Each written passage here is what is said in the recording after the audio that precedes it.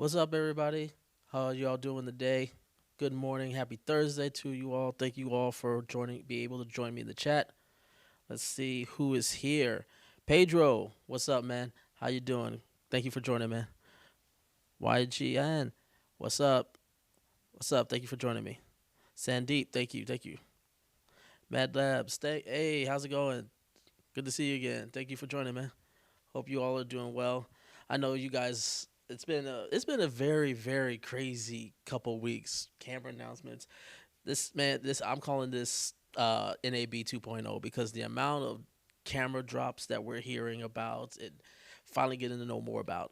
So let's hope that there'll be something coming the same way with Blackmagic Design. We don't know yet. We shall see, but hopefully something does come through. Fishing Reel, thank you for joining, man. CityCon, thanks. Hey, how's it going, man? Thanks for joining. Yeah, I'm really excited. I'm really interested to seeing what is happening, and it looks like Blackmagic has started the countdown. So the countdown has begun. Excellent. So we'll see what is going to be happening with Blackmagic. What tricks do they have up the sleeve? Hopefully, this is not just a firmware update. That there is actually a new camera. Though I would like to be interested in seeing maybe there is some couple firmware updates. I don't know what exactly what I in terms of firmware for the Pocket 4K or Pocket 6K what I want. I know a lot of people would like Blackmagic Raw in 4K and 2K, but I personally wouldn't because I know it's going to have like an insane crop because the Raw Blackmagic Raw does 1-to-1 pixel readout. But uh, I would love to hear from you guys. If some of them are a firmware update, what's some firmware updates that you guys would love to see? And then obviously, what camera would you love to see announced from Blackmagic, and what features would you be interested in hearing? I would love to hear from you guys. Hey Hakan, how you doing? Aliu, what's up? Jeff, how's it going, man? How's it going? Probably in Ursa. Yeah, I think it's been what? I think it's only been a year since the G2 Ursa was announced. So, I mean, they could add a new Ursa. I personally would wish they would rather move away from the Ursa body. I like how tough and built it is, but I also feel it's for the way a lot of the industry is going, at least for small indie filmmaking, the more box style bodies would probably be better suited. I would much rather have something like a C200 box style or a red box style or RE like box style, you know, version. Something similar to the Ursa Mini, but in a more compact um, style body. I think that would be a great thing to have. Let's see here. A pocket full frame.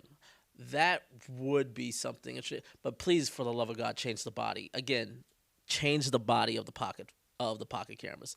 It's way too long, and I would hope that they can sort of make the mount sort of more symmetric on where it sits on the body because that's probably the biggest problem I have with the pocket cameras, especially with gimbal works, because where the mount sits, it's left side heavy, and it gets more left side heavy when you put heavier lenses on it. So if they can just shorten the body instead of just going with the super wide body, go a little bit more shorter, even if it means getting rid of not having a 5-inch touchscreen. I would rather take that than having this body that's really difficult to deal with in certain situations, especially with like gimbals. But telemetry, let the camera record data from a geoscope so that Resolve can use it to stabilize the footage in post. That would be interesting. Um, there's a feature that I've been reading about for a while now. It goes back last year, but there's this thing. I don't know if I may be saying it wrong. If you guys are familiar, know what I'm talking about, you probably know better than me. It's like fly or fight, It's like fly or flight or fight or flight. But essentially, what it is, it's basically it's a wireless signal that it sends to the camera. But basically, it allows you to do stuff like something like to the level of phase detection, autofocus. It's a way of putting in continuous autofocus because it's constantly um, reading the sensor, and and you can sort of create a continuous autofocus system. Seeing something maybe like that implemented into like any camera, because let's be honest, Blackmagic is not known for their autofocus capabilities, but being able to have some sort of continuous autofocus would be something I would be extremely interested in. Jeremy, what's up, man? Sorry. Let's see, who else? Is there anybody else here? Yakuf. Hey, how's it going, Yakuf? Nice to see you. So, a Pocket Pro 4K 6K, basically an update to the Micro series, but in a Zcam body. Yeah, I think that's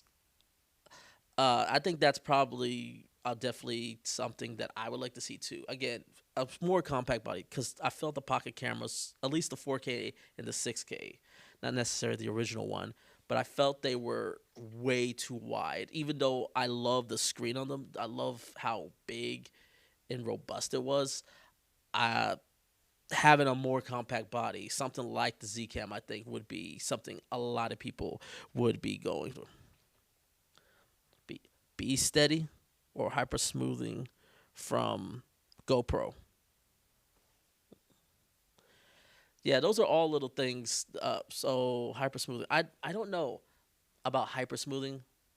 I I would rather I would rather have that type of control in post than rather, because I don't like things where it's bakes in and degrades the image. I rather have the most control, and that's one of the things that's so great about a lot of these a lot of basically with Blackmagic is that they're they give you so much control and so much in terms of like, here is the toys, here's the tools. Now you need to figure out how to put all this together, because and that's fine. But here are the tools. You go out and create something great with it. That's one of the magical things that they gave us, the accessibility to get these great, wonderful tools, and then take advantage of them. If they're going to do an 8K cam, put it in an Ursa X. Basically, make it a flagship camera to eat those red and see 300 C to 500 sales. I mean, yeah.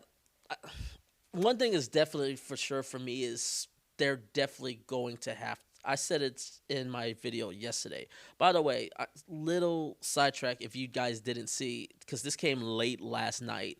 Um, I actually found some 8K raw footage of the EOS R5. And then I sort of was tinkering with it and playing it with it in Resolve. My God, the image on that thing looks incredible. And I was at like after Resolve was rendering it on the timeline, and by the way, I'm editing it on my Dell Inspiron laptop. It has like a 1060i graphics card. Once Resolve rendered it, it played it smoothly, and I'm in full playback. I'm not dropping resolution or anything like that on the timeline. So if you haven't seen it, it's on my channel. Definitely check it out. I also released a sample video where I just showed it cutting C-Log 2, because in RAW you can actually access all the gamma files as long as your NLE allows you to gain access it, because it's just metadata. But you can gain all of them, even C-Log 2. But I basically used my C200 C-Log 2 to like a red Rec 709 look, and it's like it works. It's like great. It's almost perfect, just like right there, and you can just get creative with it. And then I also did like a 300 punch in zoom to it, and I'm blown away because I delivered that I delivered that in 4K. Being seeing that I could punch in 300% and still not lose pretty much any quality blew my mind away. So I can't wait for the R5 to get here. I'm so excited to get my hands on that. Sorry for the little digression. But yeah, I think they will, and obviously they're always going to be competitive with those type of cameras. But it's just going to be interesting to see those features. I know a lot of people are going to look at them for the. It's going to look to see just like I just need a good image quality camera. I would love to see them go with try to do a lot of the things Canon did with their C300 Mark III and their C500 Mark II, where they just made these things like almost idiot proof. You can just go in and just they give you so many assist functions and so many features. It's just ergonomically, it just works like a gym. It's a tank. You can take it anywhere. I would love to see more stuff like that from Blackmagic personally, because it's those things that always will make me like if it's always going to be a choice between Canon's like C500 Mark II and then whatever the flagship is from Blackmagic, that's the thing that's always going to make me seriously put the Canon cameras above, because they just make life easier, and anything to make life easier also makes more money in the long run. So, but it will be interesting. Just centered better. Uh, yeah. I guess I'm assuming, DK, you're talking about the pocket cameras. The only issue the only issue is that you would have to remove the mic. I believe it's the right mic speaker and that frontal record dial, which I would totally be okay with. To center it in order to center that mount up. But yeah, you're right. If they just centered that mount up on the pocket cameras, it solves so much of the gimbal problems. Hopefully, better battery solution. Yeah, I mean that would be nice. But we'll see. We'll see. I don't have a lot of hopes up with that, because that's. I mean, I've just come to the conclusion that that's just the nature. Like all their cameras, you need to like seriously look at getting like V mount systems for them, because they're really designed to be like more cinema cameras. They're designed to be treated like this is the brain. This is just like brain, like kind of like Red in the higher end cameras. This is just a brain, and you need to build features around it to make it work for your needs. But we shall see. Jeremy Jones says, I just don't think they have internal IP or engineering to produce a camera with dual pixel autofocus or 5-axis. Neither Alexa or Red have those features, and they do fine.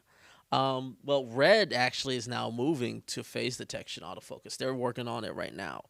I'm, you're right, they don't have it, but also the amount of money that they have and the type of people that work with those cameras, they plan out for situations like that, and they have the money to plan out those situations.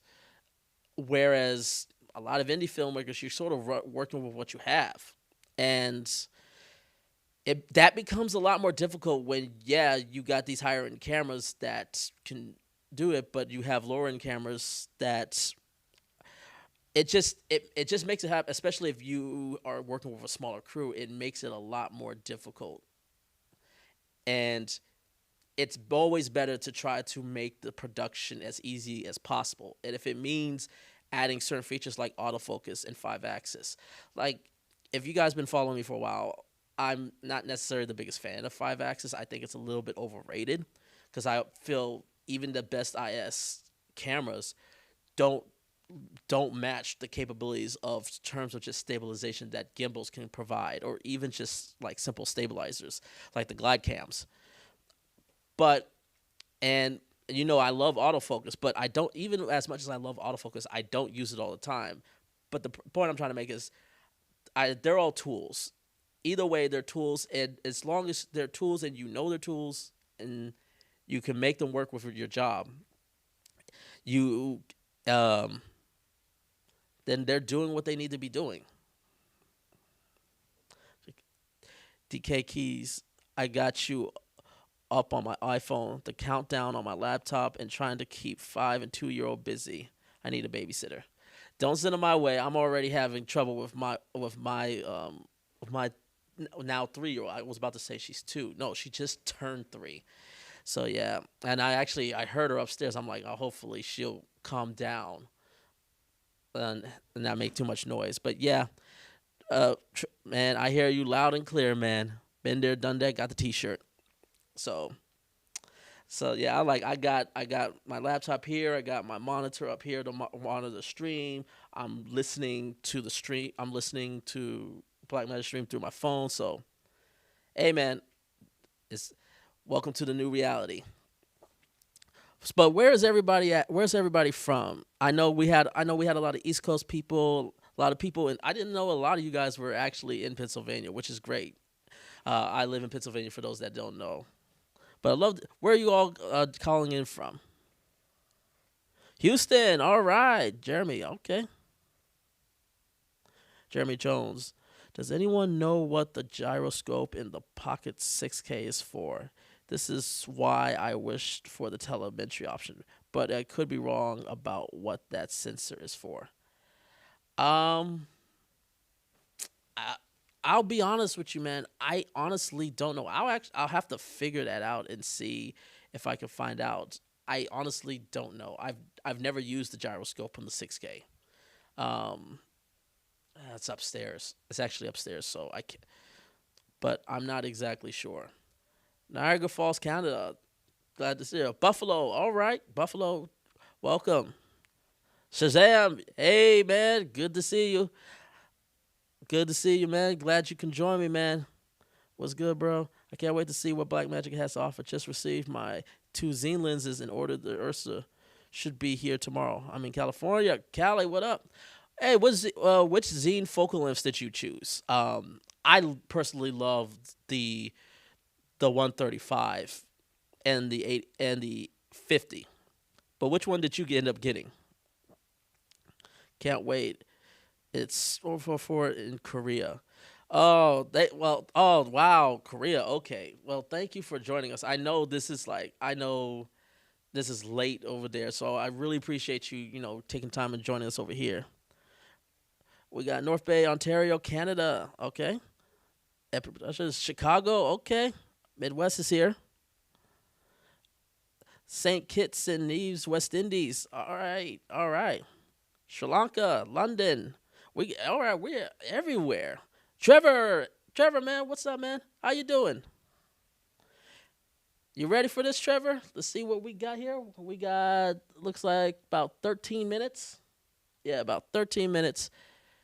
So I'm gonna just let you guys know. You guys are probably going to be seeing this. I got looks to be about 10-second delay on my phone compared to what is going out. So I may hear something after you guys. So if I react a little late, forgive me for that.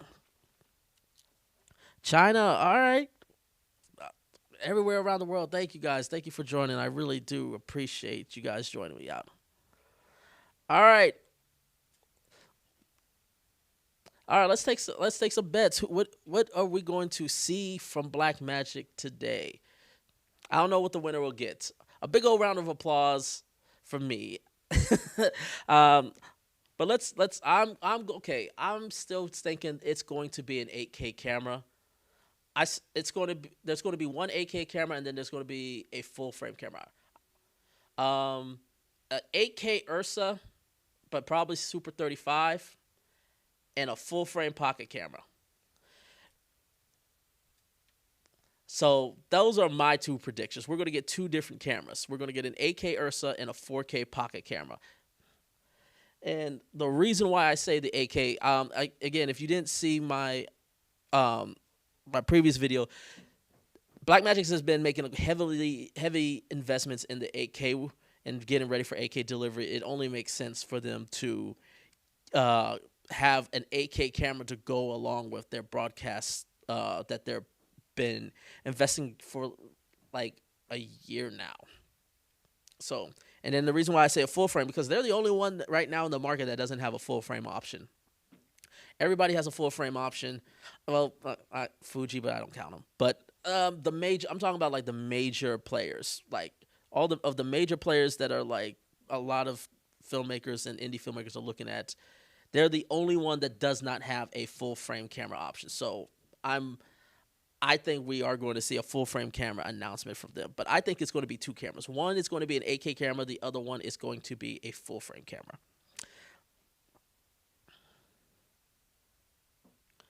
Let's see here. Block cinema camera. The first 10K camera. First 10K camera. You know what? The way resolution wars are going, that's probably true as well. So, okay. Ursa Mini 2. Oh, Ursa Mini, Ursa. Oh, an Ursa. An Ursa Mark II. Wow, you think they're going to bring the big Ursa? Oh, that would be an interesting thing. That thing weighed like crazy.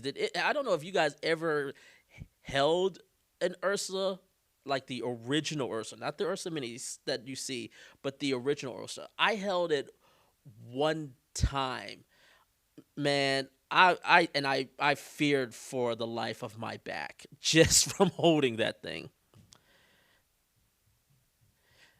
So, I remember that. It's been so long, but that would be an interesting. Okay, an Ursa X. Okay, so the return of the Ursa mother. You really want the i5 R5 good, but it's not looking good.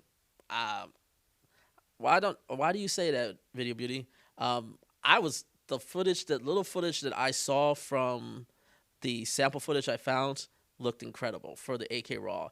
I'm not, and I, the overheating to me has been overheating issue has been completely blown out of proportions. Like, honestly, I'm not concerned about the overheating at all. Like, little to none. Like, maybe 1%, 2% tops concerned.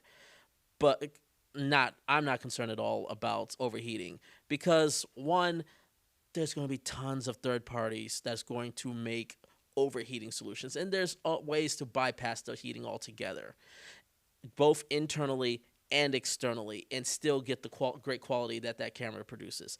That camera, I will say it right here on this stream, that camera is going to dominate the mirrorless market for years. And I would even say that camera is going to become a big part of a lot of productions for years. It, Based on just the image I saw, that camera is not going anywhere. It's going to do. It's going to be so successful. So that's just me. I'll wait to see. I'll have more of a final conclusion once I get my hands on it. But that camera's going to have nothing but success, regardless of what everybody has been ridiculously overblowing about that camera.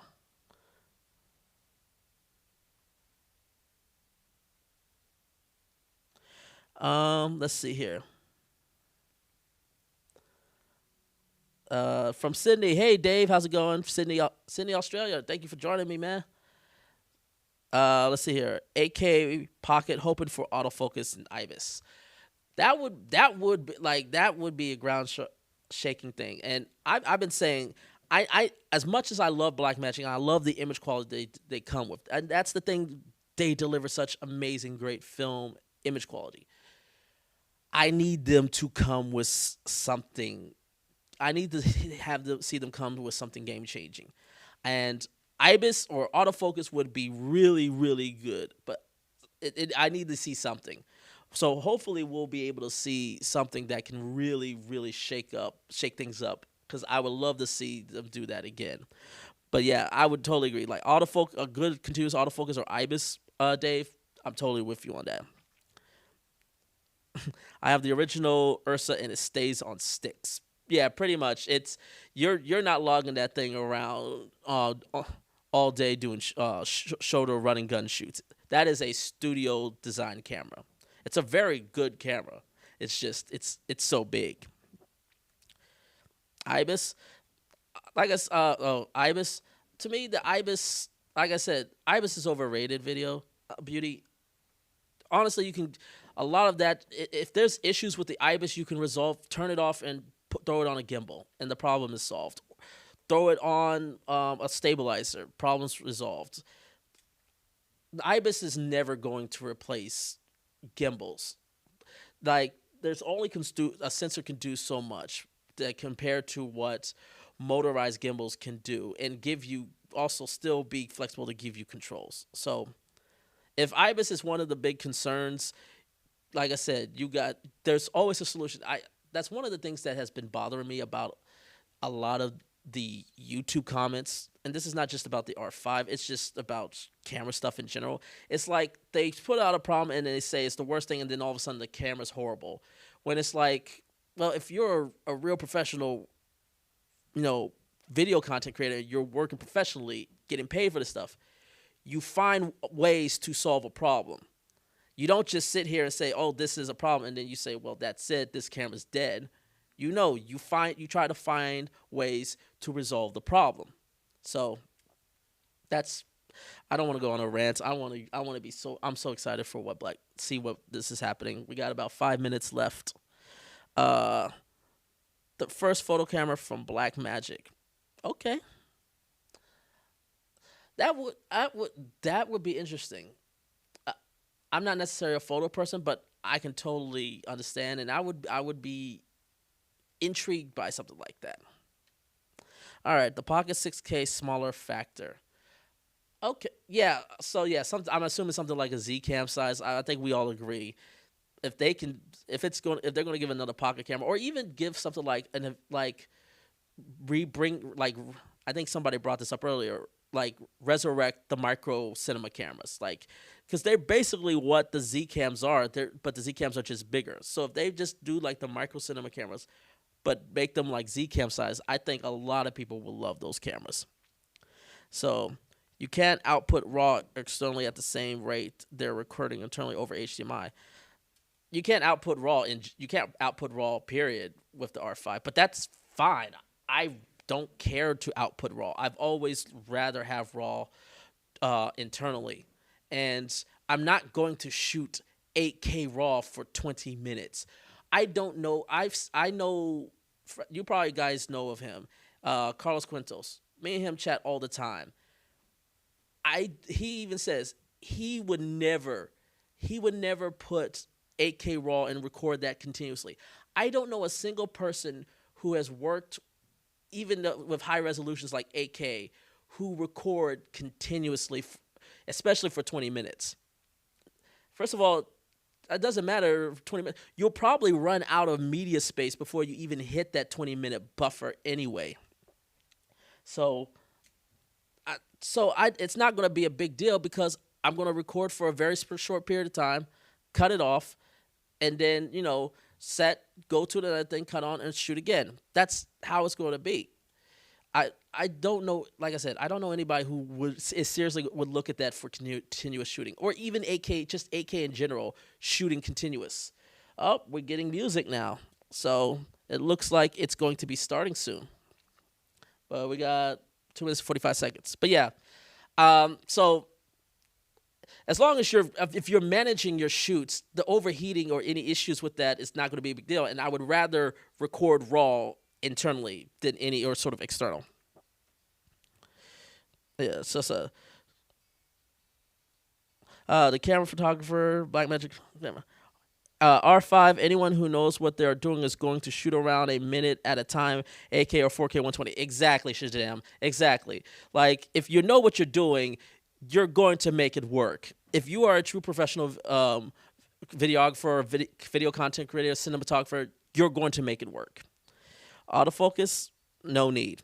There are times when it's autofocus, especially if you are like a one-man band or a small, tight crew and you need to just work on other things. Having autofocus helps so much, especially with sit-down interviews. It's like it helps so much.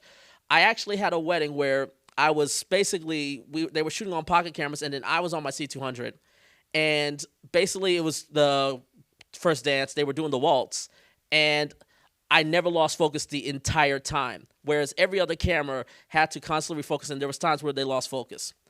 I never lost focus in the entire time. And because of that, my friend now has asked me to bring the C200 every single time. Is it mandatory to have autofocus? No, but it's silly to, in my personal opinion, to basically not include it, or to at least not have it. Cole Daddy, what's up? Thanks for joining. I instantly pre-ordered the R5. Short burst of 4K will be good. Not tripping about 8K. Everything else is better, baby. Exactly. You can tell people about overheating until they actually deal with it. Exactly.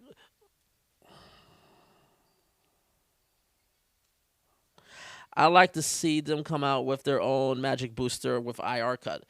I actually would like to see that too. I don't. Has any of you guys actually used the um, the magic booster for the Pocket 6K? Because I haven't. So I'm gonna start cutting to, because we got 30 seconds left. I'm gonna cut to the R5. Let me pull this down for you guys so we're not blowing your ears out. Sorry about that. So I'm gonna cut to this and let's enjoy.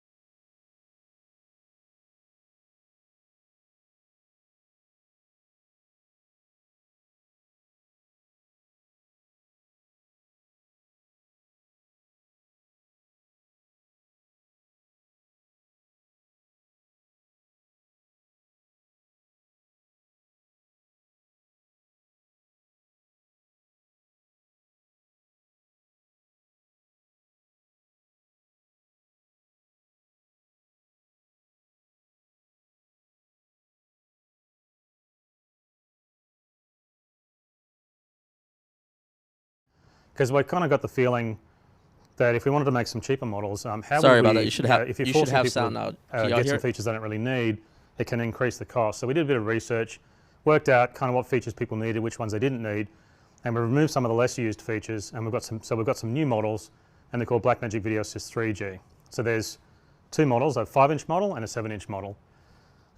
So I guess the big question is, what did we remove from the new models?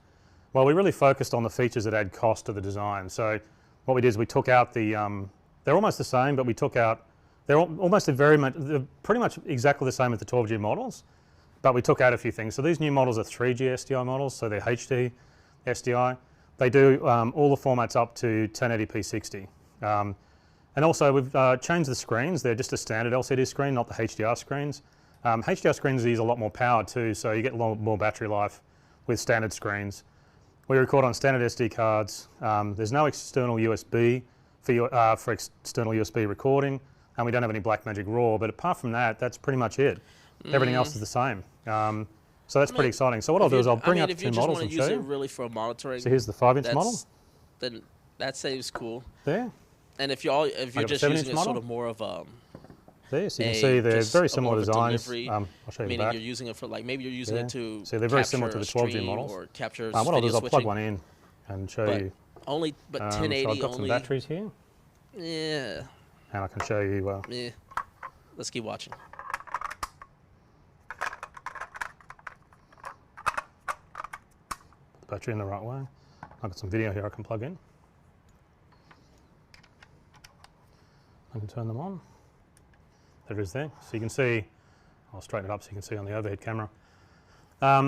So by the way, it has all the side same note, I stuff, don't know if you guys saw very the much video, the same stuff that but the 7-inch video assist so would be a great combo with the R5 because waveform, you can RGB circumvent the parade, overheating histogram scopes with the ProRes R5 and DNX recording, and so it works with any you can edit also software. have those The XLR 7-inch inputs model and has the dual 2 cards. SD You can cards record to help with relay continuously. recording. You So can change the cards while just something that I was like, I They've all looked at got it and it makes it a very they run the Blackmagic makes OS. the They've got R5 an even touchscreen more controls. powerful You get the user presets. camera. They've got all the overlays. They both got HDMI and SDI in and out, so they both do everything. This one's got pro analog audio in for external mics, and you can get phantom power on those external mics. You can also record multi-channel audio from like the SDI. They've got a headphone socket. They've got a speaker on. Both got speakers on the front. The models these replace, we do actually have, the HD model video system, and these replace. They've got speakers now, so that's nice. There's a tally light on the back as well, and they've got the dual batteries, and you can hot swap the batteries while you're running. They work with those Sony style batteries, so they're longer life, and you can get various depth of those batteries too. They've got external 12-volt DC, and there's 11 languages in them as well. So you get English, Chinese, Japanese, Korean, Spanish, German, French, Russian, Italian, Portuguese, and Turkish. So you can localize it to whatever language you want. So let's have a quick look. If you can probably go that above camera, you can see it's got the touchscreen controls. All the menus are there. We've got, you just record There it is recording that video signal. That's actually a feed from the camera that's in front of me. We've got scopes as well. So the scopes menu is still there. You've got all the different scopes. See, there's a waveform, parade. Parade's really good for color grading. You can still do the video overlay. So you can vector scope and histogram. Go back to video.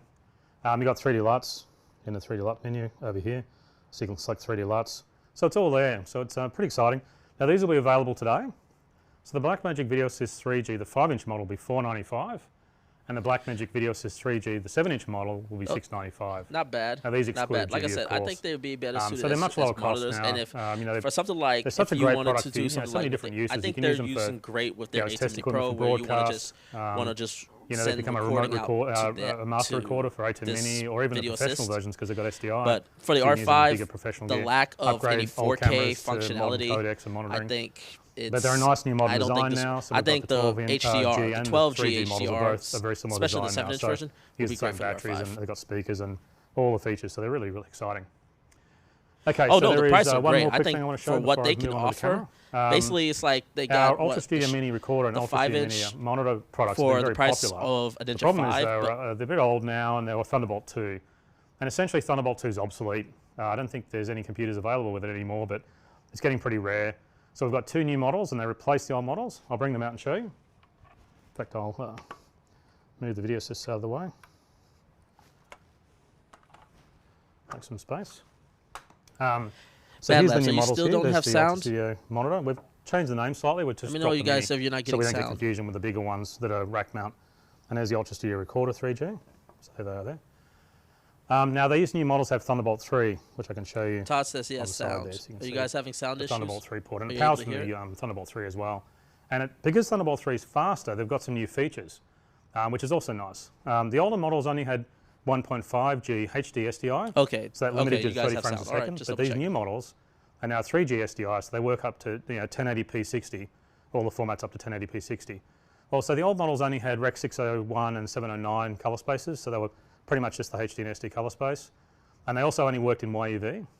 These new models have support for Rec 2020 and RGB. And the Ultra Studio Mini, the Ultra Studio Monitor 3G also supports HDR monitoring. So they're a much better solution for when you're using edit monitoring. And you can use the monitor version with a TV or a broadcast monitor or projector because they're HDMI and SDI. So what I'll do is I'll just show you quickly. I just lost my video cable here, but I'll plug it in and I'll show you how easy they are to use. They're really very, very simple converters. I'll plug my Thunderbolt into the computer here. And so now I've got my video coming through, Thunderbolt into the computer. And if you look at the UI, if you can cut to the UI, I'll bring up Open Broadcaster here. And there it is. I've got the camera that I was previously connected into the Video Assist, now running it Open Broadcast, and I've got a streaming solution just using the little converter. So it's pretty nice. Now they'll be available now. We're just starting to manufacture them literally today. They are lower cost than the old models. The old models were $145 each. These new models, the Ultra Studio Monitor 3G will be $115, and the Ultra Studio Recorder 3G will be $115 as well. Again, it excludes duties, so they might be a little higher in other places. They're fantastic for high-end use. They use the desktop video driver 11.6, which will be available on our website, which means they're a much more stable design. They designed to work with, the desktop video driver that we have for all our capture and playback products works with all the highest-end editing software, and so it's a very stable and high-quality interface and way to drive the video products. So they're really good. So they're fantastic for edit monitoring. They're really good for high-quality capture for streaming. I mean, that's uncompressed video going straight in. So we have a really nice range of Ultra Studio models now. We've got the little Ultra Studio, the small ones here, and then we've got the rack mount ones that are bigger. And you can, the bigger ones actually capture and playback in the same model, whereas there's a capture model and a playback model. So, and the bigger ones actually have LCDs and buttons, so it's really nice. So we think we've got a really nice range to choose from now. Okay, so now to cameras. Take a breath, and because there's a lot to talk about. So it's really, the conversation's really about Ursa Mini Pro. I'll bring out... Don't tease us. Actually, I'll better make some space here. Don't tease us. And Here we go. Okay. bring Here we out go. Ursa Mini Pro, so we can have a talk about it. So now the 4.6K Ursa Mini Pro has been doing really well. It's been shipping for a few years now, but we are introducing a new model today. Now this design started back when we were originally working on Blackmagic RAW. There's a lot of research gone into this. Okay, there's a lot of new new Ursa. technology. New Ursa. For the highest end work, we've really been focusing on going beyond what we'd been previously doing in cameras, in pretty much any of our cameras. And we've got a whole bunch of patents underway on a lot of this as well. Now we have a new sensor, it's our own design. There's new color science, there's a lot of new technology. In many ways, it's the first sensor designed for Blackmagic RAW. And one of the problems we've found with biosensors, biosensors are kind of designed, they were designed originally for consumer cameras. And it's done very well. I mean, you can get very good pictures out of biosensors, but what we've designed, we've really been focusing very much on the extreme high end. And so this sensor is designed specifically for high-end film. That's what we've really been focused on. Is he talking about a stacked so sensor essentially what like we've been able to do Is he talking like an with Ari style Blackmagic sensor? RAW and this sensor design, Blackmagic and making DaVinci, an we've got Ari style sensor? the sensor, the file format, and the DaVinci pipeline Is all this synchronized where it's up, going? so we can essentially do things that really were really basically not possible to do before. So it's going to be very exciting. I think it'll be probably easy to understand if I show you a video that we've shot on it. So if we could play the video. So here's some shots we took just around near our office. About 8 months ago, actually, the guys did these. So you can see there's a Ultra HD, and it's just zoomed back to 6K. And it goes back to 8K, so you can see it's a high resolution. Knew it! 8K camera. Ursa. It's 12K. Wait, what? So you can see there. What are you doing? What are you doing, quite dramatic Blackmagic? when you realise What how are far you doing? zoomed in we were at the start What? of that sequence. Now that's a HD crop. That's actually. Wait, what? Unfortunately, we're streaming at that resolution. So if you crop HD, that What? was the resolution difference between HD and 12K. So these are all just shots that we What? got around near our office. You can see you can just keep zooming in and the resolution's all there. It's really quite amazing. There's so much detail. And the anti-aliasing is just beautiful. The colour really pops. It's a shame, streaming in HD that you can't see it. Wouldn't it be fantastic to stream in 12K? These are great shots too because you get a chance to see the the contrast range. You've got shadows on the boats and the highlights. I asked Shadows for in the water and the highlights on the boats. I asked for something to blow nice me sunny away. You may have done it. But let's continue hearing this.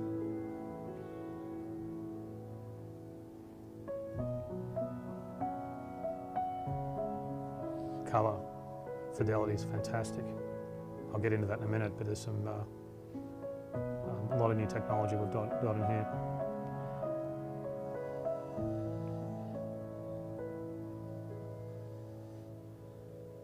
These pictures are all shot by the engineering guys, so they've got some pretty good creative skill themselves. They're making a 12.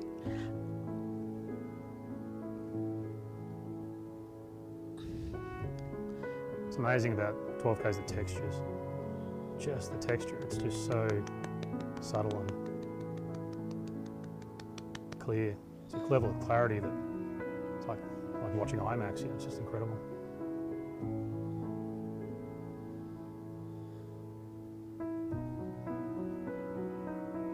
Some skin tone tests, which we'll get to a little bit further along when we get into it.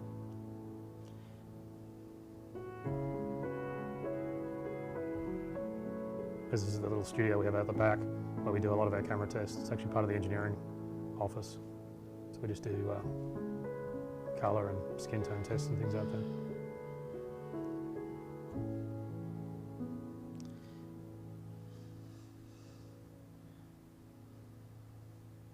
There it is, all shot in Blackmagic RAW, and we have in DaVinci Resolve. Oh, nothing. You just missed. So you can see Blackmagic announced a so basically it's a 12K camera.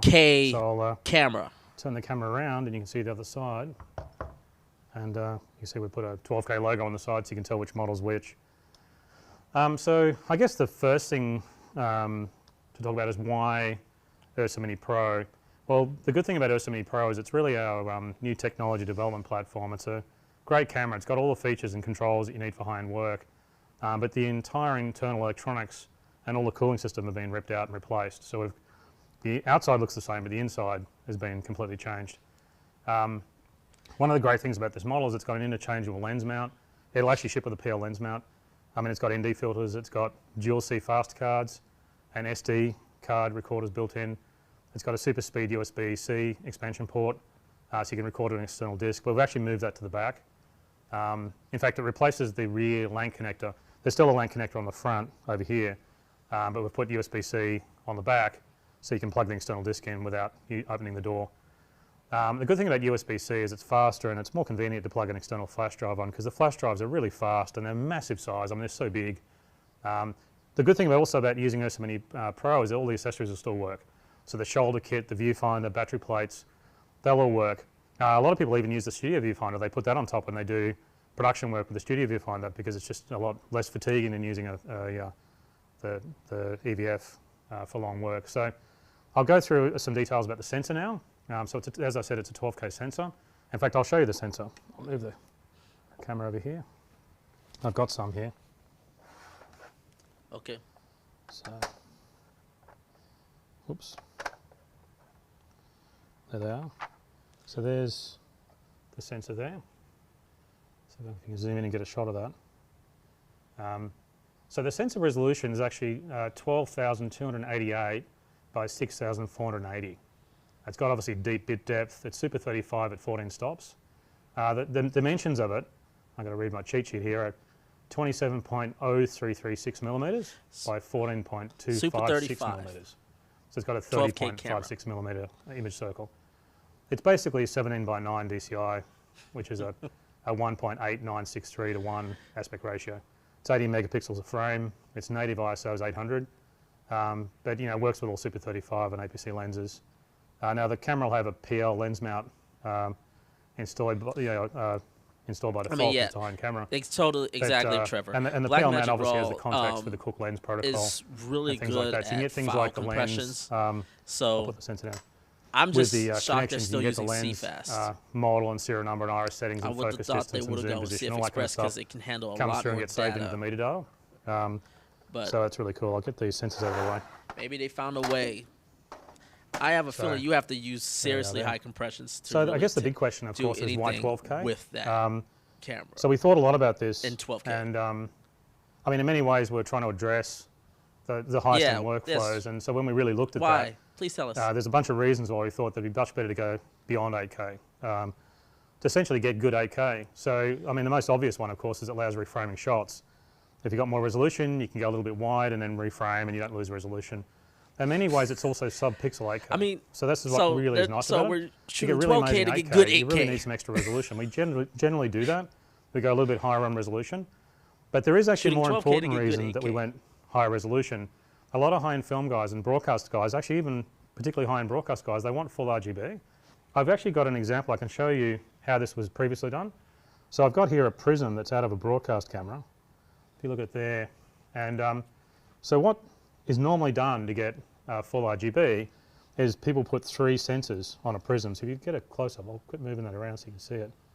So you can see this is a pretty old camera. You can see it's a broadcast camera, so it's a fairly small aperture, but that's the actual front of the prism, and the prism's actually in there.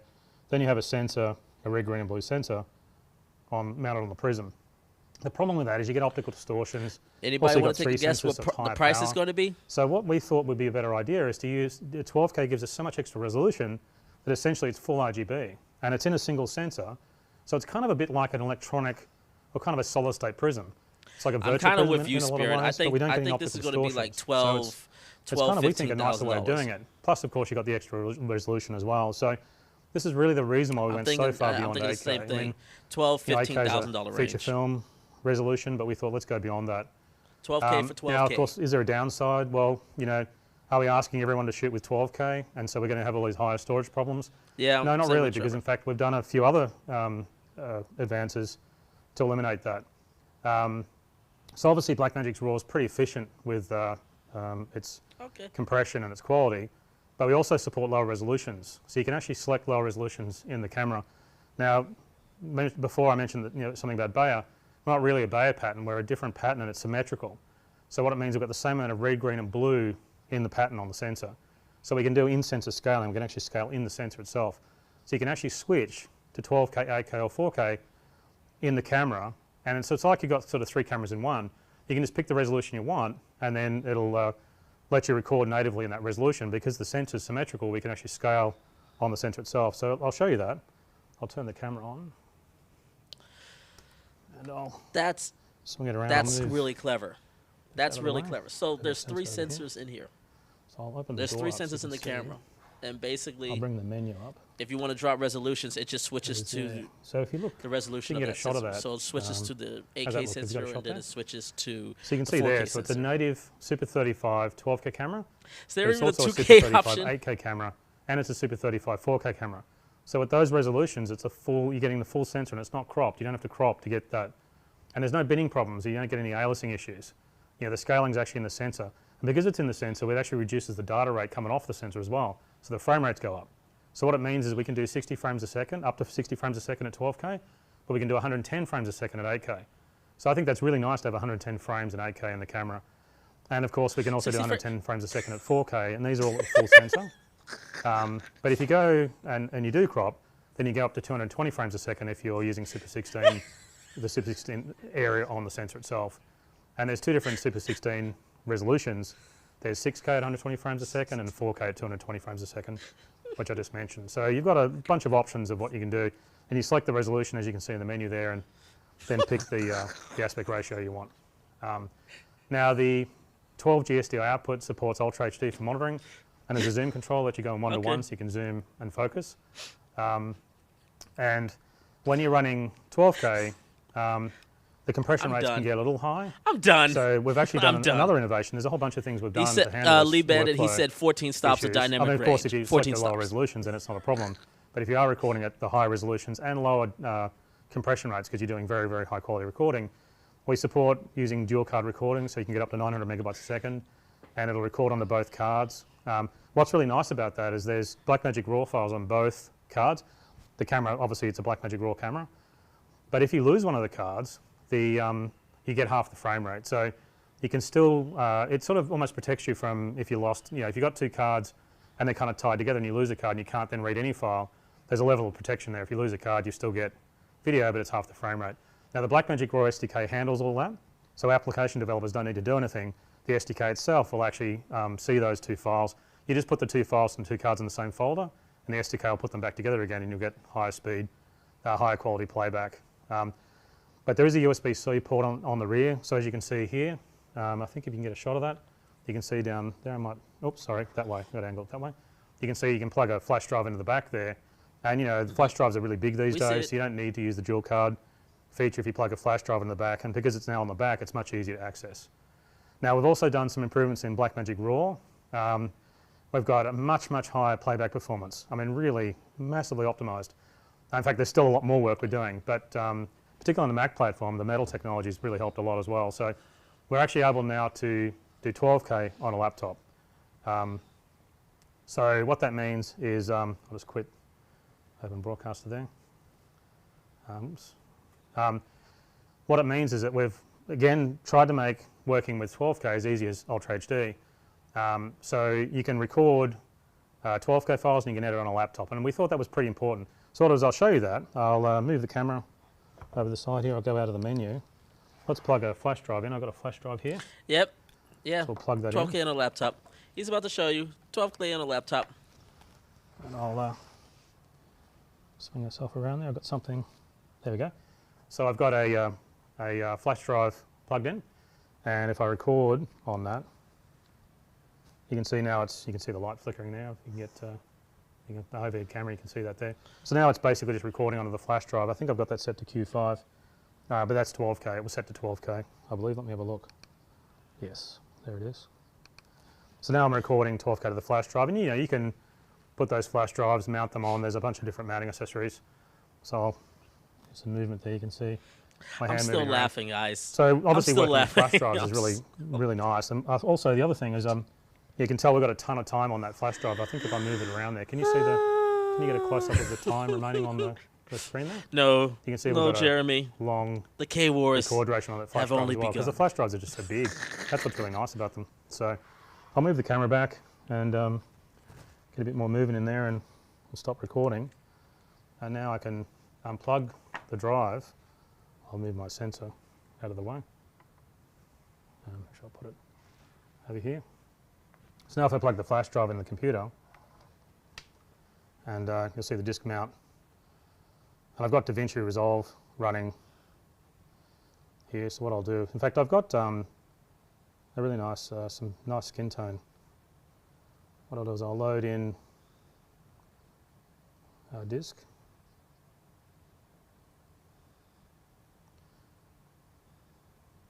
And here's the Blackmagic RAW file I just recorded. So if I play that, that'll play back smooth. Probably should have waved my hand around in front of the camera a little bit more, but you can see if it gets down to here, you can see it's just playing back 12K files on the computer, fine, and it works really well. But to really show the performance we've managed to get out of Blackmagic RAW, I've got a Mac Pro over here. So what I'll do is I can show, essentially what I'd like to show is a multicam working. Now I've only got one clip on here, and I've just recorded on this camera, but what I'll do is I'll just duplicate it and I'll come over here. So if you come over to the Mac Pro over here, and I'll plug the disk in. Oops. So that disk will come up. So if I open that, you can see there's my Blackmagic RAW file there. You can see when I turn the camera around. So if I duplicate that, whoops, actually what I'll do is I'll copy it to the media folder first. So I'll do it on the local disk. So there it is copying.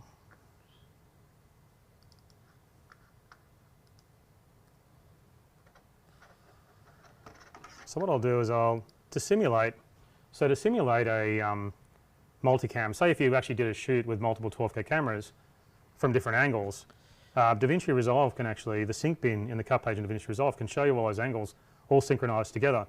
And then essentially it's a multicam, but it's a non-real-time multicam. So what I'll do is I'll duplicate the file a bunch of times, and it'll give us 9 different angles. Then I'll open DaVinci up. Okay. And I'll bring the folder in.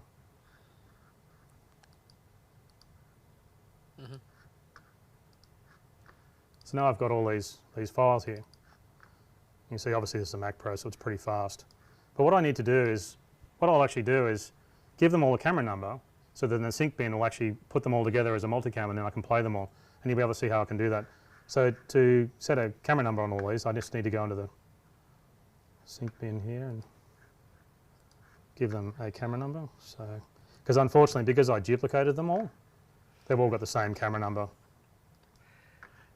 So I'll just go through them. Just bear with me a little bit. I'm speechless, guys. I'm speechless about this. But it's kind of interesting to see. It kind of changes how you can shoot. Particularly, I think it's important when, you know.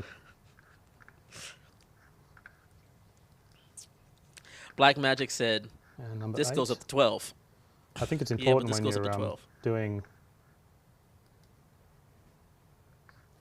Oh, I think 9. Carlos, hey, thanks for joining, man. Okay, so now each one of those clips has got a separate camera number as its metadata. So if I go into, actually what I'll do is I'll drop one of these clips in to the timeline first. So I've got an edit.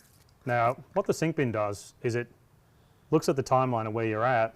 Now, they've all got the same time code, of course, because they're all the same clip, but they do have separate camera numbers. So when you click the sync bin, what it does is it creates hey, and I'll just enlarge my view a little bit. Thanks for joining the channel, man. What it does is it creates a multicam. I don't know. I need a cigarette. All the camera numbers. So it essentially goes off your bin, looks for any clips of the same time code. How are you doing, man? And then puts them in the camera number that it found. So and I don't even smoke. I hate smoking, actually. Any other clips that synchronize to the same point in the timeline. So it's almost like an assistant editor running off and finding all the clips that match this point in the timeline that you're at. So as you scroll along, you can see the synchronization. So you can see it there. So I've got my hand in front. So if I play that, you can see that the multicam is now playing 9 different 12K streams. So you can essentially, if you have, normally of course you'd have different cameras, but the idea is you can really see what performance we're getting, because we're getting all this. This is all 12K content. This is the same as working in Ultra HD or HD. The workflow is really nice. I mean, this is a very fast computer, of course. And now if I want to do an edit, so normally of course these would be different camera views. Say hello. Yes, Aaron, you're hearing that right. I can do this as the Aaron, source say override. hello So this to the edit Ursa mode Mini will put 12K. leave myself some space 12K. for an extra layer. Shoots 12K. What it'll do is it'll put the edit down. It'll find the spot that it synchronizes against in the timeline and place it in there. The reason we have this is so we don't have to do 110 or 120. I don't know. Some hundreds of frames per second, and then 4K is some other stupid frames per second. But you can see how it works. I don't know. Now, what's really interesting is something that we didn't really explain to people at the time.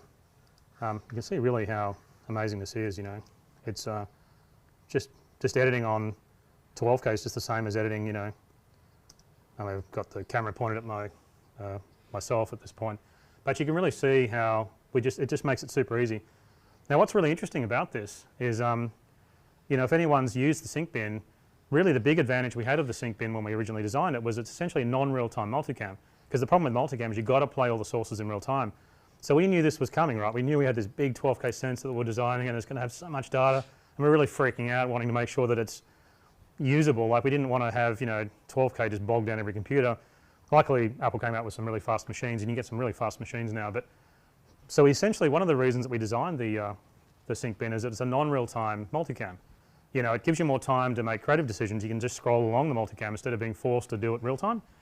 But it turned out that the performance the guys have done is so good that we're actually able to play back on machines like this in real time on all the views. So it's actually a bit of a relief. We kind of never expected that. We didn't quite expect the performance to be so high. So again, that was it was one of our goals, but we never knew if we could make it. But to make 12K as easy to use as Ultra HD is really exciting. So big flash drives, fast computers, high performance SDK, Blackmagic RAW, it's really all coming together. So it's very, very exciting. And I think that'll really help us break some ground. So it's not just all we've done though, we've got some new color science stuff as well. We've got a new film curve. Now the old film curve was kind of a little limited because we actually used the old Generation 4 color science curves on video codecs as well as Blackmagic RAW. But the Generation 5 curves are optimized for Blackmagic RAW. They've got better highlight roll-off. They've got a greater ability, there's greater consistency with 3D LUTs at different ISOs between different camera models. So it's a more consistent kind of feel. Get better skin tones. There's more range when you're color grading. And so we'll roll this out to other Blackmagic design cameras later as well. But we'll be able to select between Generation 4 and Generation 5 color science in the Blackmagic RAW settings. So you just be able to choose it when you go into the color page and pick the Blackmagic RAW settings. Now we have a video that we can show that shows you some skin cones. So if we can just play that now, and I'll just let you watch through that because you can see some of the skin tones and what we've been able to achieve. Yep.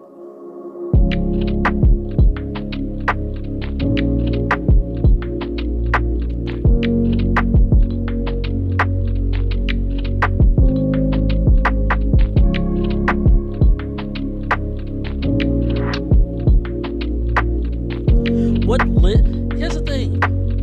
What lens would you use that could take advantage of all this resolution?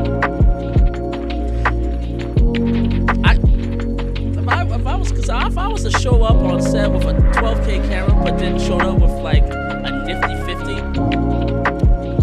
I don't know if I would be like, if I would just either be embarrassed for myself or I would just be, my producer would be embarrassed. Like what lens would you use with this?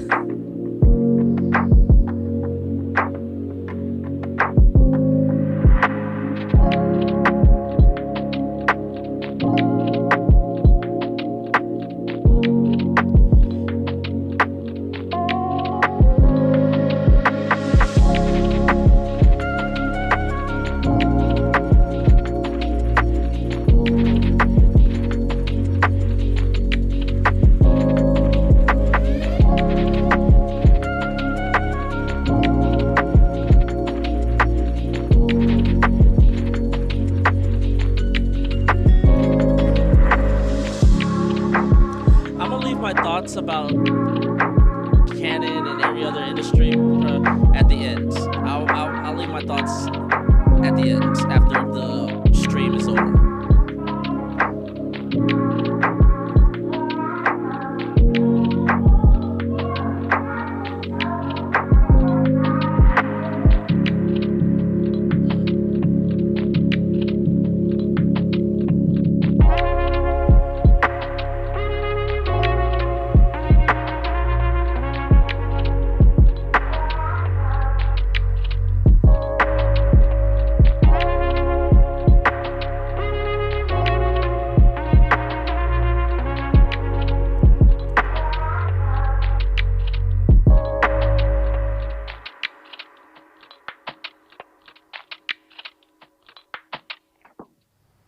Really amazing. Just some of the comments from the beta testers has been fantastic, and it's really exciting.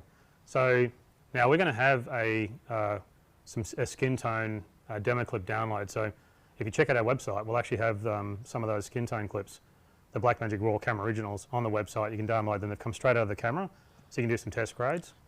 Now the camera actually will ship with DaVinci Resolve Studio. Well, and there's going to be a DaVinci Resolve beta with 12K we all know where support everybody on our else is website. going So right after this. once this video's finished, downloading we'll all change the those website and up play post and try to that so you play can with those actually skin download tones. that beta.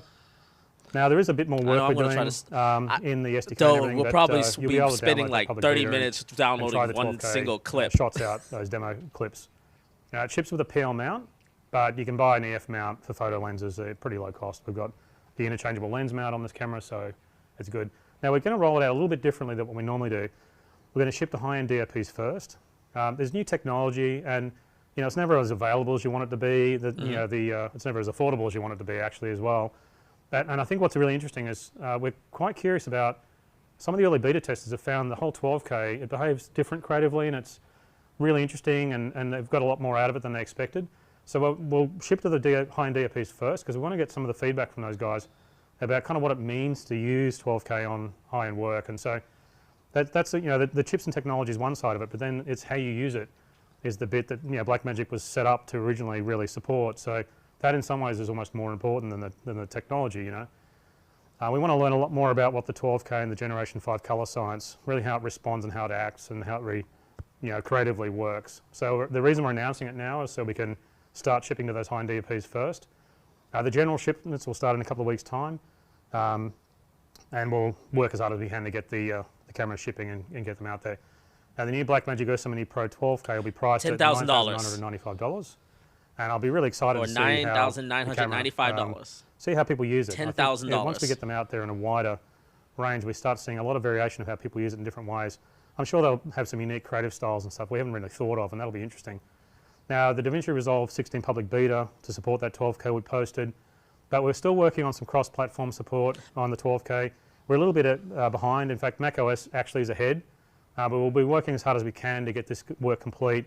So you'll see a bunch of Blackmagic RAW SDK updates. The Blackmagic RAW SDK beta will also be available today, so third-party app developers can download it. Teacher, it's a Super 35 sensor. Those example it's clips. Super 35. Now we're going to keep working on the Blackmagic RAW SDK, so keep checking for updates. We'll probably tweet them, so if you're following us on Twitter, you'll be able to see when we do those updates, because we normally just tweet that stuff.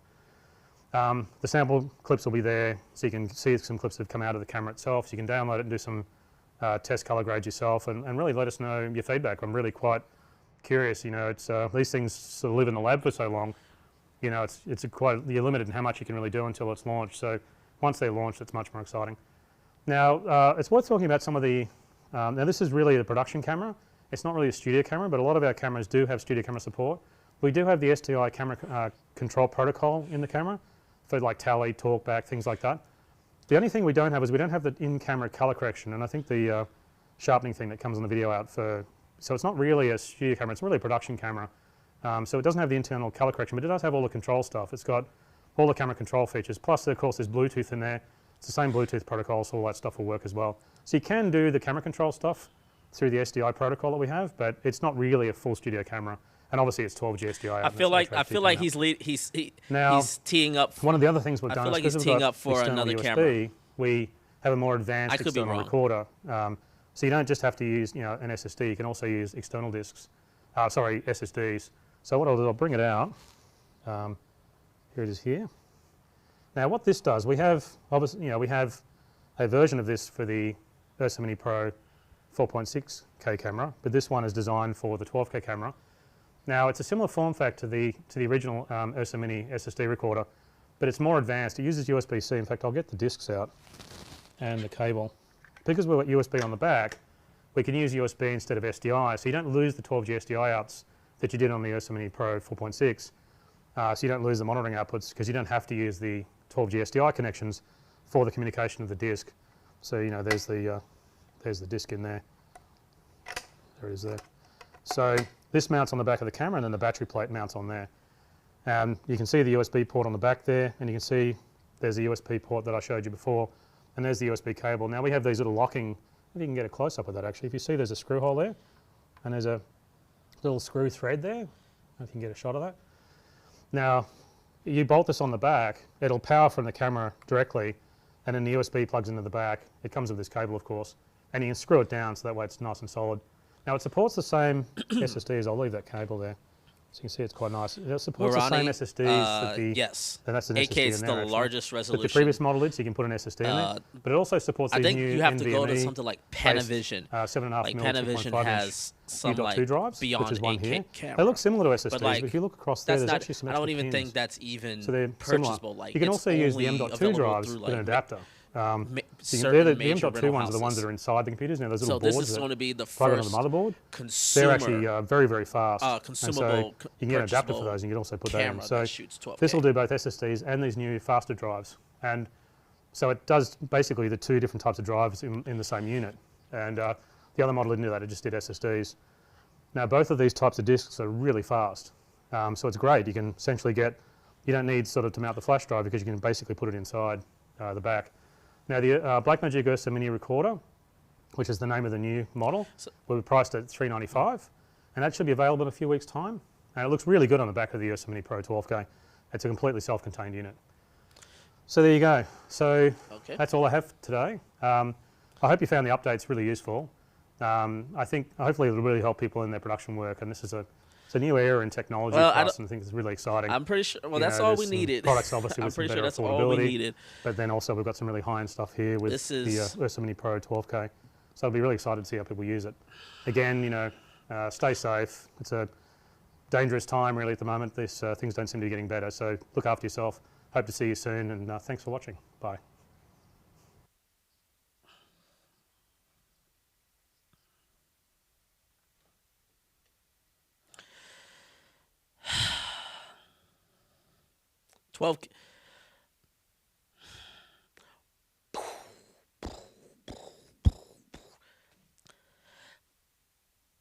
What can you say, guys? Blackmagic came and dropped bombs.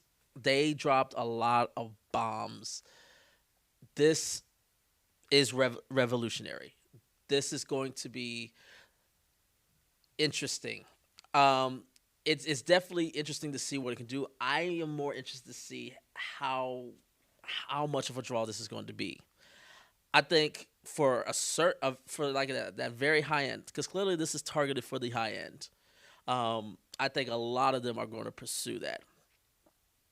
Now, I know I was reading the comments. I think a lot of people were saying the FX9, the C300, and C500 are in trouble.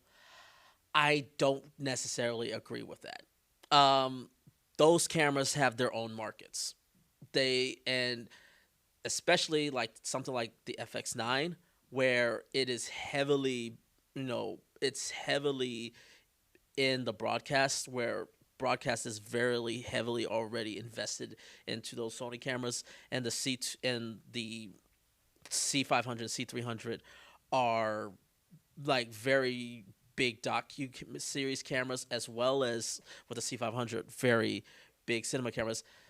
Everybody's going to have their own little thing, but I think for very specific people who really are, to me, people that are designing like video games, I think the NFL, it looks like they may be talking like professional sports or something like that, where that can really take advantages of those resolutions. Because as I said before we started, that they did not invest all that money into like 8K content delivery to not deliver some sort of thing that can go with 8K. I wasn't expecting 12K. I will agree with that. I was not expecting 12K. Man, Blackmagic did it again. They did it again. I still wish they would have changed the body. I know that like the body has been so successful for them for so long, but man, do I wish they would change the body and just make it a little smaller. Because of the amount of resolution that they are now going for, I mean, it's probably just filled with nothing but fans just to try to keep it cool. Like but I think Blackmagic really took something. Now, I know some people have been watching this and thinking, okay, R5 sales are going to drop. First of all, people that are looking at R5s are not even, most of them are not going to be looking at this camera. They're not going to just leave or even A7S, whatever the predecessor of the A7S2 is called, they're not going to drop those cameras for those cameras. Every one of these new cameras is going to have a marketplace, but either way, we all benefit from this. We all benefit from this because now we got such a plethora of things to look at and options to buy and options to look at for whatever sort of content we're creating, whether it's film, broadcast, high-end content, whatever you're doing. We've got a plethora of cameras that can do it. This is an amazing time to be alive, to be a filmmaker, to be a content creator. I cannot wait to hear what Sony has coming. Panasonic, I really want to know, Panasonic, what the hell are you going to be doing? Because right now, people are dropping gauntlets. And like I think I heard somebody say it was like, this game, man, it is the battle of the 5 kings right now. I don't know who the 5th king is. It would be, I guess it would be Red. Like Red, Blackmagic, Canon, Sony, Panasonic. It's a battle of the 5 kings right now. So, man, yo, this is crazy. It is crazy. That is such a clever, ingenious idea to put 3 different sensors in there, and then basically, depending on the resolution you choose, it switches the sensors. So that's incredible, and that's such an amazing, ingenious way to do about it. Carlos, I don't know if you're still in the chat. I would love to hear what you have to say about this. Also, man, I know you guys have been blowing up, so I apologize. I'm going to just scroll back through real quick to see what we're going through. I know there was talk about dynamic range. I think they did say, I believe it was 14 stops of dynamic range. Look, it's still a great dynamic range. I don't think anybody's going to be arguing about that.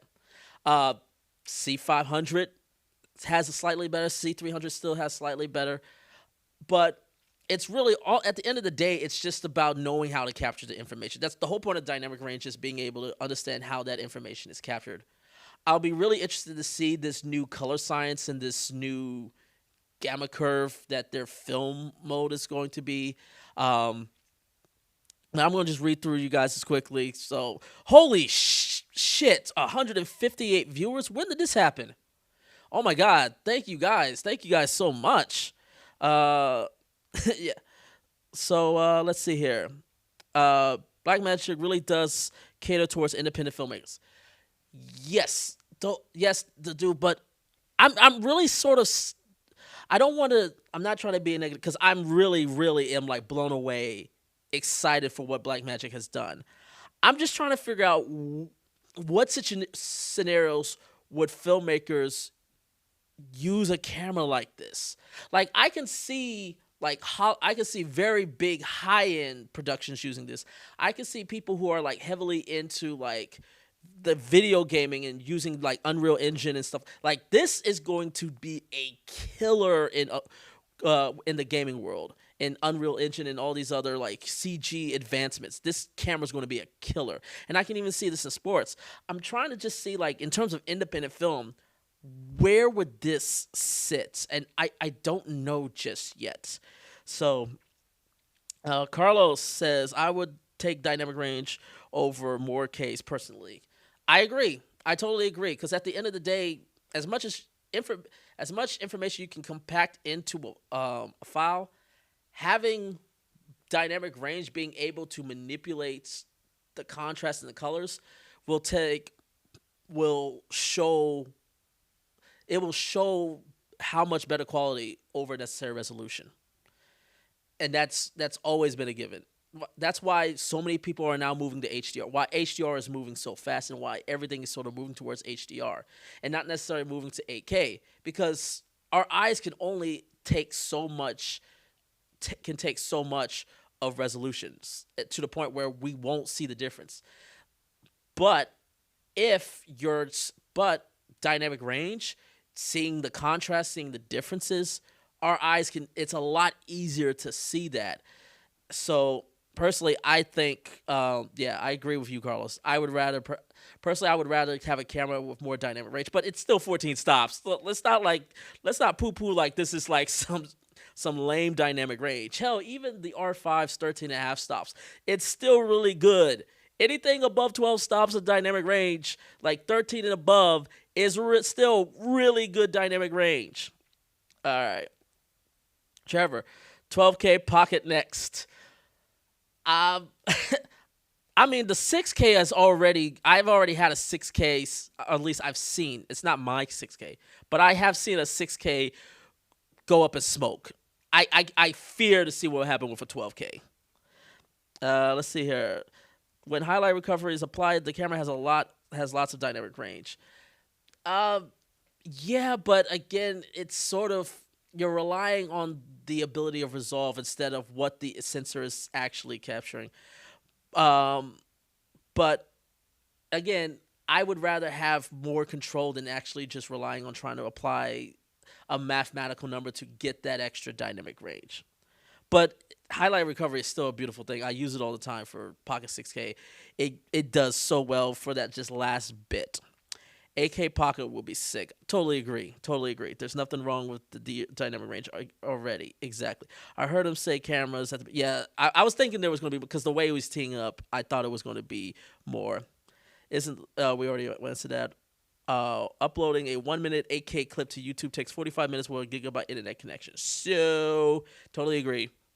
Like, I have no intentions of delivering 8K or anything higher than 4K. I'm not intending of delivering anything higher than 4K anytime soon. But again, this camera that they just this whatever the hell this thing is, this god of a camera that they just announced is designed for a very, very specific high-end productions. I no, but if you're looking to deliver 8K videos to YouTube, unless you are like one of the super elite YouTube subscribers, I don't know how much benefits I would say. But that's just me personally. I can only speak for myself. That's all I have today. Yeah. Boom. That's all. No Blackmagic Pocket Cinema camera. Yep, that's it. I mean, you got 12K. I like it's like that's all. We just got a 12K high frame rate camera. I don't know what else. I don't know what else do we need after that. I'm like, look, take a break, rest for a day. You need grapes. You need something. What else do you need, Blackmagic? You need water. I can go get you some water. I can do that. Thanks for putting this on. Thanks for putting this on. Oh, no problem, man. Thank you for stopping by, Carlos. I appreciate it. Yeah, 12K. This is great. I love seeing a company disrupt an industry so much. No, this is one of the things I always admire. I have my critiques of Blackmagic. They're not flawless. I have my critiques of Blackmagic, but one thing I've always admired is they go for the jugular. They go for the goal, and they really try to push as far as the industry as far as possible to make it as accessible for as many people as possible. So, kudos to Blackmagic for that. Not gonna lie, okay. That seems like a personal problem, Aaron. Code Daddy PMG. If you're into high end pro cinema, this is great for a good price. No, I totally agree. Like if everything else turns out to be good, because again, we got to see more. We got to see more about the camera, because we can't ignore Blackmagic's history in terms of quality control. So we can't ignore that. They've gotten a lot better at it. So I'm not going to knock them forever. They have gotten a lot better, but we have to see if everything holds true. Like this is going to be it. This is going to be in major Hollywood films, like constantly. So I know they've been trying to get on that for a while. So that's great. Second time this year, I lose 1 hour waiting for a pocket model and nothing. Yeah, I mean, like I said, as I was mentioned before, I don't think this is going to be for everybody. Some people just want like a smaller camera, but you know what? Look, the Pocket 6K and the Pocket 4K are still fantastic cameras. Let's not all of a sudden just think that these things are just like little babies. So, or they're like poor cameras now. That's one of the things I don't like sometimes about our industry. It's like a new camera comes out and it seems like everything else, but it seems like all of a sudden it's nothing. By the way, I'm still getting the R5. Understand, I'm blown away. I'm amazed with what Blackmagic's done. I'm still getting the R5. because I have my reasons for getting the R5. This will eat into red more than Canon and Sony. Totally agree. Actually, yeah, I totally agree. It will definitely get into red in certain features. This may actually get into Sony, especially the higher ends, where people are still using their F5s and F55s for like sports world. In the broadcast world, I think this will definitely eat it. In the broadcast world, this will eat into Sony. In the cinema world, I think this will definitely eat into red territory. Let's press releases up on their website. So yeah, go ahead, check out. Also, remember they put sample footage out there. So I would say if it's 12K, I would suggest you go ahead, download it now. Go get a coffee, go eat some lunch, have some time with the family, and then maybe a couple hours back. Hope maybe it'll be done by then. Aaron, same. I've been looking forward to a new body, but I can't get mad at 12K in the option. I have VFX, like the VFX area is going to go insane with this camera. That's really where this camera is going to like do like gangbusters in. Is people who are like very like I can see like people like the Corridor Crew and like others like all the like the new Marvel movies. Maybe even on something like The Mandalorian that has a little bit of CG on it, but I see a lot of high-end productions seriously looking at this camera. 80 megapixels per frame at 60 frames per second. Exactly, Todd. Exactly. Mm-hmm. Oh man, holy crap. Sorry, I'm lost. Where did I'm trying to scroll through. There's so much. Okay. Yes. Morani, yes, mirrorless cameras buyers is not the target market. It is for independent filmmakers who are producing high-end content. Exactly. Totally agree. It's designed for Netflix. If this does not get Netflix approved, Netflix can go F itself if this does not, for some reason, doesn't get approved on that list. But was hoping for a new Pro Pocket camera. I think we all agree, like a new Pro Pocket camera would have been great. I totally agree with that. City Chip, thank you for joining. 12K is out of control. Yeah. I think this is the first time I hit a resolution where I'm like, yeah, this is too much resolution for me. This is too much. But they were clever with it. I'm glad that they were clever. They really thought about all the things that we all knew we were going to ask about it. And they found ways. Because the big thing, I was like, okay, what if I don't want to shoot 12K? And I just want to shoot 4K. Because I was like, the crop on that thing is going to be stupid. But of course, they thought of that too, and they decided, yeah, we know. So we put 3 sensors in the camera. So I was like, what? Yeah, very. Let's see here. Panasonic's looking funny in the light right now. We'll see. Indie filmmakers are also mirrorless shooters. True. Yes, that is true. But look, everybody has their own form of filmmaking. Some people like filmmaking on the shoulders. Some people like the film with a small little mirrorless body. Some people like a more a little bit of a bigger build, a bigger heft to get some balance, to get more stability that way. Some people just like a camera that just goes out and just works. Doesn't have to hit all the bells and all image quality and like the top tier, but it's just a hard-nosed workhorse. Everybody has their own style of filmmaking, and what's great about this time period, as I mentioned before, is there's so many options. There's so many options for whatever type of filmmaker you are. It's a great time to be alive. Yeah. Morani, yes, definitely a Netflix camera and will be used for VFX plates by studios. Cindy Champ, there's not 3 sensors. The resolutions allows 3 native sensors. Okay. So yeah, I see what. Okay, I get what you're saying, Cindy.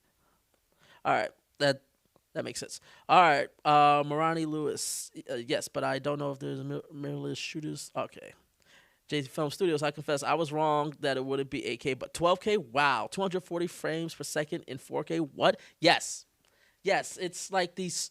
I was like, wait, what? exact the the the the capabilities that this camera has. It's like, again, uh, it's that Kylo Ren meme. I was like, concentrate all fire on that one guy right there. And they just bombard the whole area. They bombard the whole filmmaking industry with this camera. It's all about super sampled 6K. Let's see here. I won't be buying it. I have a Pocket 4K. Just imagine how much skin softening you're going to have to apply in post. Yeah, that is true. I mean, like the resolution quality. Again, I think this is designed for very specific people. This is not going to be for everybody, but it's exciting because sorry, I am so fumbling with words. I'm losing my concentration and because I'm just excited. But it's exciting because it can show us the potential and the possibility of what's happening in the industry and what can happen. Maybe there's other people that may push it if Blackmagic is successful with this. I don't know how successful it is because the what it's capable of is great, but I don't know who is going to take advantage of it. I know, again, high end cinema cameras, we know VFX people are going to take care of it, but more smaller based, indie based filmmakers, I don't know. But still a great option. This machine is meant for feature films, film festivals. Totally agree, Trevor. Man, this keep coming. You guys are keep coming. It's all holy shit. 170 current viewers. Wow, thank you guys. Sorry if I'm rambling. I'm trying to get through all you guys' comments again. JC Films. This camera is made for upcoming professional. We all agree. Let's see here. Phil. Hey, what's up, Phil? Thanks for joining, man. This is social. This is social distance camera. Yes, I totally agree. This is for the perfect camera to practice social distance with. It's also can be interpreted in a very wrong way to be a very creepy camera. I'll just leave it right there before I get myself in trouble. I believe this camera is 15 stops. He said 14 stops, but it could be 15. But I believe he did say it was 14 stops. All right, check. VFX Pilots and Sports. Yeah, totally, 100% with you there, man. Robert, hey, thanks for joining me. Robert M. My only problem with Blackmagic is that their older cameras does not drop in price when they come out with new cameras. It's like going to a buffet with all awesome camera choices we have right now. Totally agree. Love River, and thank you for joining. And yeah, Robert. I mean, that's just how it is. They basically, because let's be clear, but let's also think, you got a 4K camera that shoots 60 frames per second raw for $1,300. Does it really need to drop in price? The Ursa Mini Pro, again, I think they're looking at it like it's still a current model, even though this is definitely a way newer model. But the Ursa Mini Pro G2, it's still pretty current. I mean, I think most people will be perfectly okay with 4.6K, 120 frames per second, raw. I think most people will still be okay with that. So usually, if they don't drop in price, they usually just axe it when it's done. Shazam! Blackmagic is for the people. Totally agree, man. Todd Lloyd, native ISO is 800, Super 35 sensor with 14 stops. Yep, that's it. Lee Bandit. I guarantee you that once applying highlight recovery, this camera will have lots more dynamic range than advertised. We'll have to see. It depends. Because highlight recovery doesn't always work to get things back. So, but we'll have to see. Get our hands when people get their hands on it. I don't know if I'll get my hands on it. I'm definitely gonna have to rent it. Because I'm definitely can't be dropping 10K. I'm already looking to drop 15 or 16K with the C500. Trevor, I think Panasonic shooters are pretty happy with what we have. There's probably H6 coming and maybe LT2. So, like I said, yeah. Like I said, I've been saying this from the beginning. There's cameras for everybody. So there's this whole one thing I'm so sick of is people saying this camera company is destroyed. This camera company's finished, and I'm just so done with it. I'm like, no, every single camera company has something for someone. Let's just enjoy that we of the plethora of options we have instead of just constantly trying to say my camera company is better than yours. Just my 2 cents. Morati, is there even a monitor out there in the world that can do 12K? There is, but you're not gonna like the price for it. Uh, Anon, thanks for joining, man. It's not the camera we want; it's the camera we need and want. Uh, Camera we need, I'm not so sure, but do I want it? Hell yeah. Camera I need, still fantastic camera. Glad they went there. Ovicom, thanks for joining. Expecting the 6K to shoot raw 4K. Red rum. Sorry guys, I'm trying to get through this really quickly. Daniel Johnson, I would use the 12K for reframing, which would save me time shooting. That's what I've been saying about the R5. It's one of the key things that I've been saying. I'm like, do you know how much production time you can save by shooting at those high resolutions and not having to go in for tights and close-ups? And this is definitely going to be the case for 12K.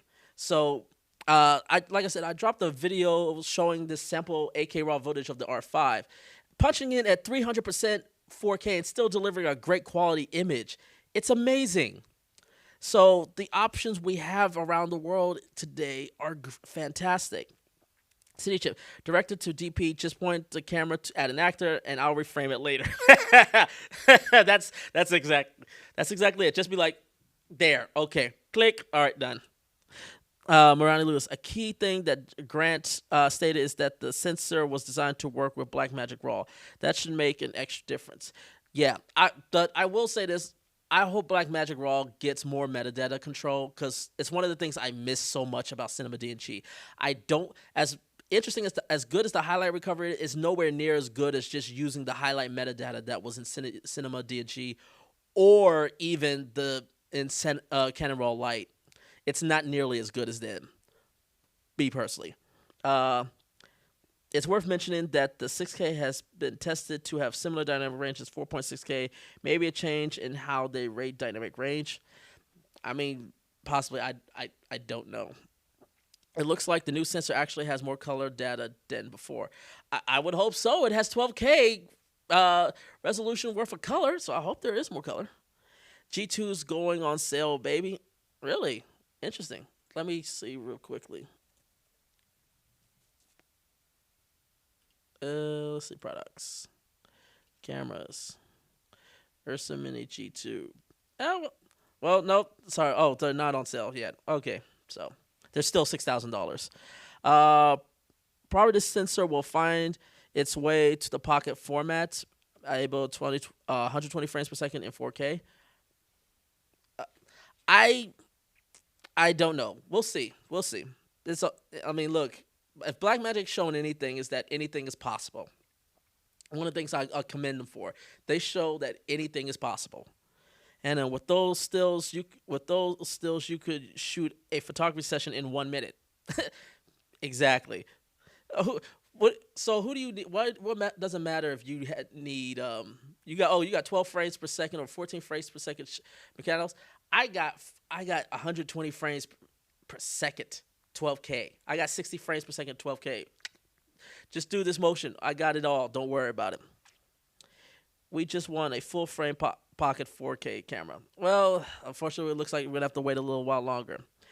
Yeah, man. Thanks, James. You're the best. Watching with you and the folks in the community was fun. No, you guys have made this amazing. This was an amazing little watch. So it was an amazing watch. I'm going to see if there's any questions in the chat because I gotta get lunch because I haven't eaten yet. So I need to go get myself something to eat soon. Let's see. S1H Canon R5 or 4K full frame. Okay. Yep. R5 mini toaster oven. Totally disagree with you. R5 is going to be an amazing camera. I could tell just from the little bit that I've seen in terms of the image and the capabilities. Everybody that's talking about that overheating is blowing it out of proportion. I said it before the start of Blackmagic stream.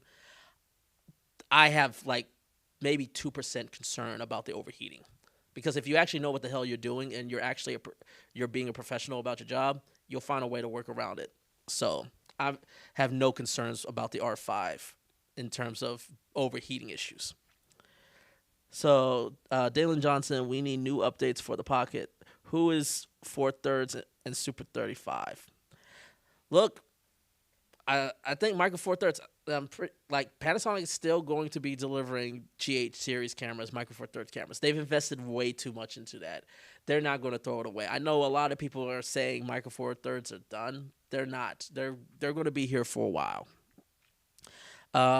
Larissa, maybe they are revisiting what they had planned for the Blackmagic Pocket Cinema camera after the recent announcements from other companies.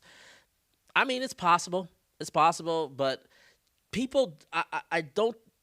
Here's the thing, people. Companies, if they're really smart, well, business companies, and I believe Blackmagic is one of them, people don't like change productions on the whim based on what other companies do.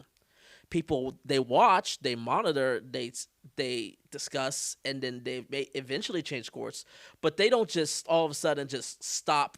You don't just stop production and then all of a sudden just try to push everything else out that way based on what another company provides.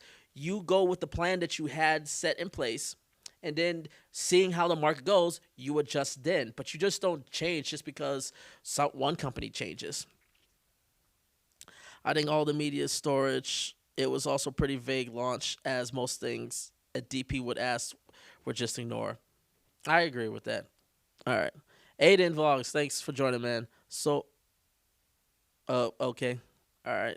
Thanks anyway for stopping by. Appreciate it, though.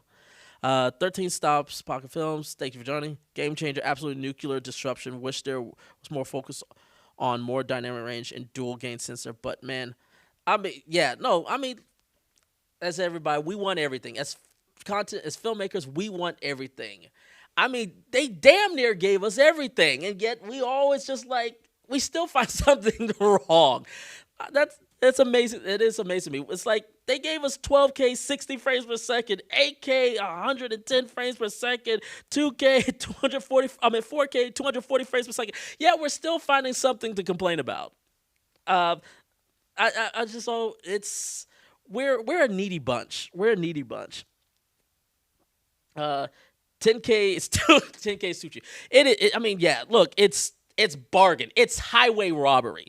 It's highway robbery. Just like R5, $4,000 is highway robbery for what it can do. Hell, for what the C500 can do, it's still kind of highway robbery for what it can do. But this is the big bank robbery of them all. So no knock for that. But thank you guys for joining this channel. Thank you guys for joining the stream and watching with me. I'm really, really, really appreciative of everything you guys done. I'm so humbled by all you guys. 170 viewers at once. I'm blown by it. I'm really humbled by this. Thank you guys so much. I'm gonna go give myself something to eat. I'm gonna give myself I'm gonna pretend to give myself a cigarette, but I'm just gonna sit down and just dream of the. Maybe one day be rich enough to own this camera. But thank you guys for joining. Hopefully you guys enjoyed this as well. And until next time, take care.